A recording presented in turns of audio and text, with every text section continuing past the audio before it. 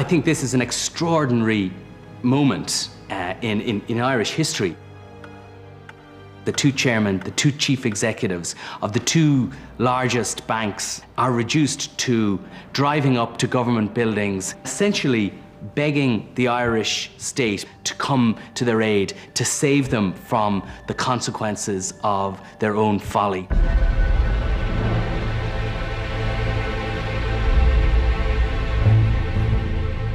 What you've got at this moment, effectively, is the bankers holding a gun to the head of government, saying, we have a hostage called the economy, and if you don't bail us out, we'll shoot the hostage. If you don't do this now, tonight, tomorrow is going to be blood on the street. The bankers want the government to guarantee the money they borrow from the international markets, so these markets will resume lending them the funds they need to stay open. What surprised me at the meeting was how great the funding pressures were throughout the system. That was the critical issue. The fact was that the funding available to any of the banks in the system was at best a matter of weeks. But AIB and Bank of Ireland's focus is on Anglo, which all present know won't open tomorrow unless something is done tonight. The big banks want Anglo treated separately. They want it taken into state ownership, along with Irish Nationwide Building Society. One of the bankers present suggested we should examine the option of nationalising Anglo and one other institution, and that issue was raised on the night. They wanted to take Anglo out of the equation.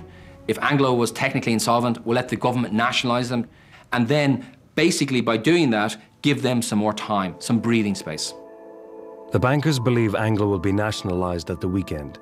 An enabling bill has been drafted and the regulator informed. AIB and Bank of Ireland agreed to tide Anglo over until then with a €10 billion loan, but nationalisation does not proceed.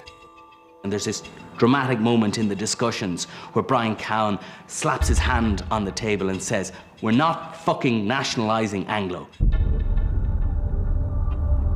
Well, the Taoiseach certainly didn't use any expletives or bang tables in my presence about these issues.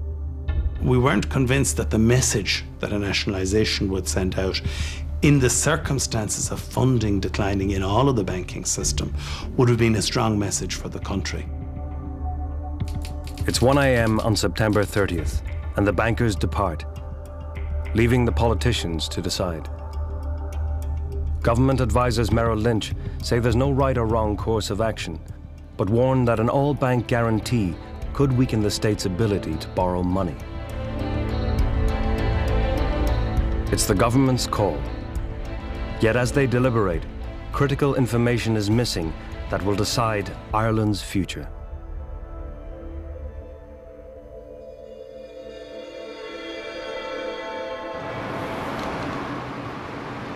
A momentous decision is about to be taken in an information vacuum. How much money the banks stand to lose on their property loans isn't known, yet the taxpayers would be responsible for such losses under a full guarantee. We were very suspicious about the property-based lending which had taken place in the banks, but we weren't in a position to form a judgment on that. The banks were saying to the government, look, we do not have a bad debt problem. We are solvent. We are not going to go under because of all of these property developer loans. We just have a liquidity problem. Liquidity, day-to-day money, was running out. But the bank's problem went right to the heart of their property loan books and to their long-term solvency. They knew they had lent billions for property development in a property market that was collapsing, and the problems on their balance sheet were a lot bigger than they were admitting. Maybe it was a case of denial, maybe it was a case of the two big banks had buried their heads in the sand and they didn't actually see that they were overexposed to the property sector themselves. And if you consider that 3 out of every €5 that had been lent in this country was on property, of course the banks were exposed. Was the government sufficiently informed regarding what was the true position of the Irish banks? I don't think it was, and part of that is really down to the fact that the banks were consistently saying, we're grand, we don't have a problem. They definitely either knew that the market was really stuffed, in which case they told lies, or they didn't know, in which case they were technically incompetent, which, you know, neither proposition is particularly attractive. You know, were they liars or were they fools? Brian Lenihan knew he couldn't rely on the banks for the full story. They tend to minimize their exposures. They have to maintain confidence in their system, so they're reluctant to tell you when there is a real difficulty. For at least a year before the guarantee, the government knew the property market was in decline from the fall in their own revenues. But no one seems to have highlighted the implications for the banks. In the days and hours before the guarantee, government advisors were telling them the banks had adequate reserves. The government could have been in a position to know, perhaps, if the regulator was doing a more invasive and better job of monitoring exactly what was going on in the Irish banking system. Light touch regulation conceived by government had left a massive gap in official knowledge about what was going on in Irish banking. Ireland was now going to pay the price.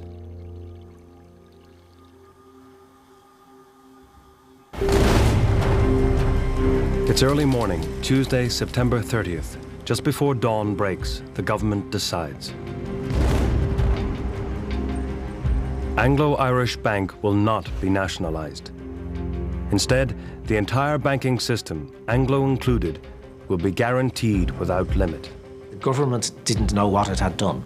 It had no idea of the scale of the liabilities that it had undertaken on our behalf. The possible alternative was so horrendous, a general banking collapse, which is people on the streets, you know, breaking down the doors of shops because they need to get food to feed their children. If the guarantee works, social upheaval will be avoided and funds will flow back into Ireland's banks. But that's something that could rattle our neighbours, as Brian Lenihan soon finds out.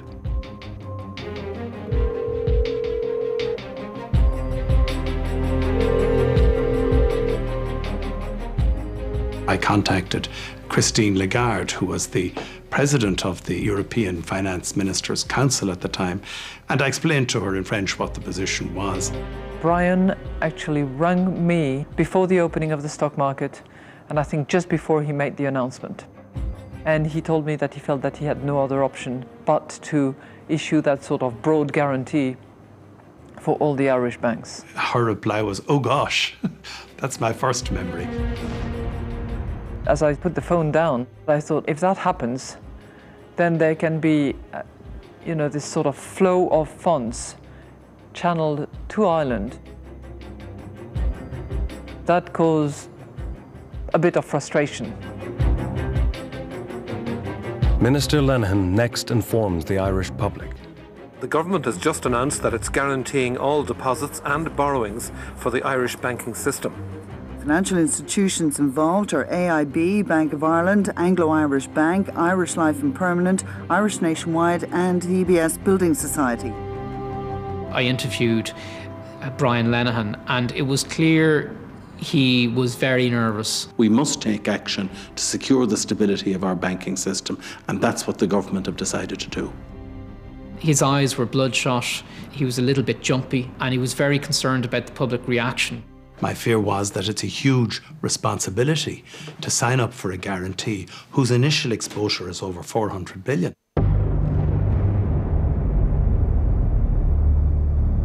Britain's Finance Minister, Alistair Darling, is stunned when he hears the news.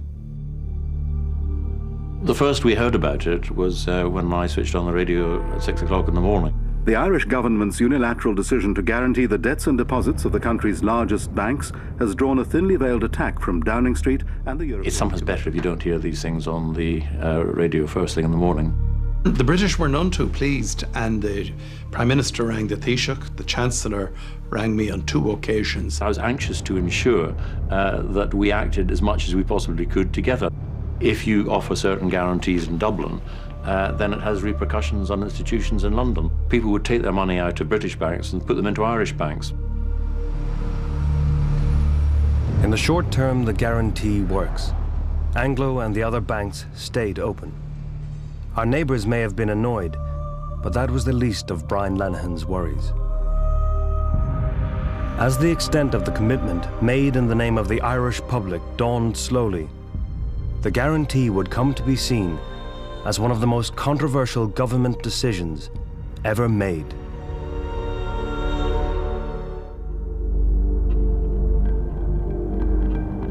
In the 2 years since the signing of the Irish banking guarantee, the controversy it provoked continues.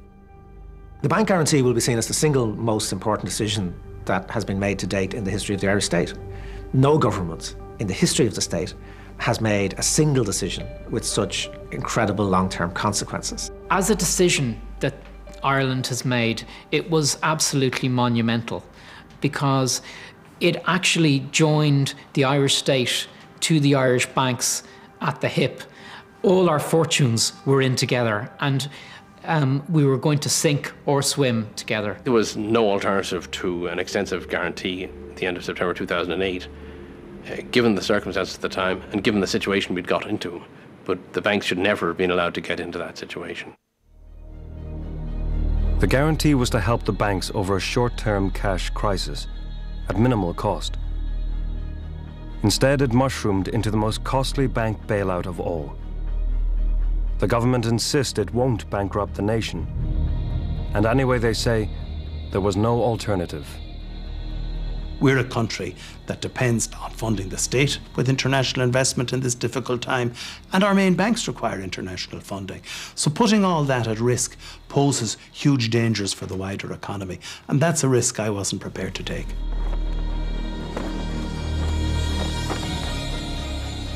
The problem politically is, once a decision like that is taken, no government is ever going to admit that it got it wrong, and no government's ever going to admit that there were other options available to it that might in retrospect have worked better.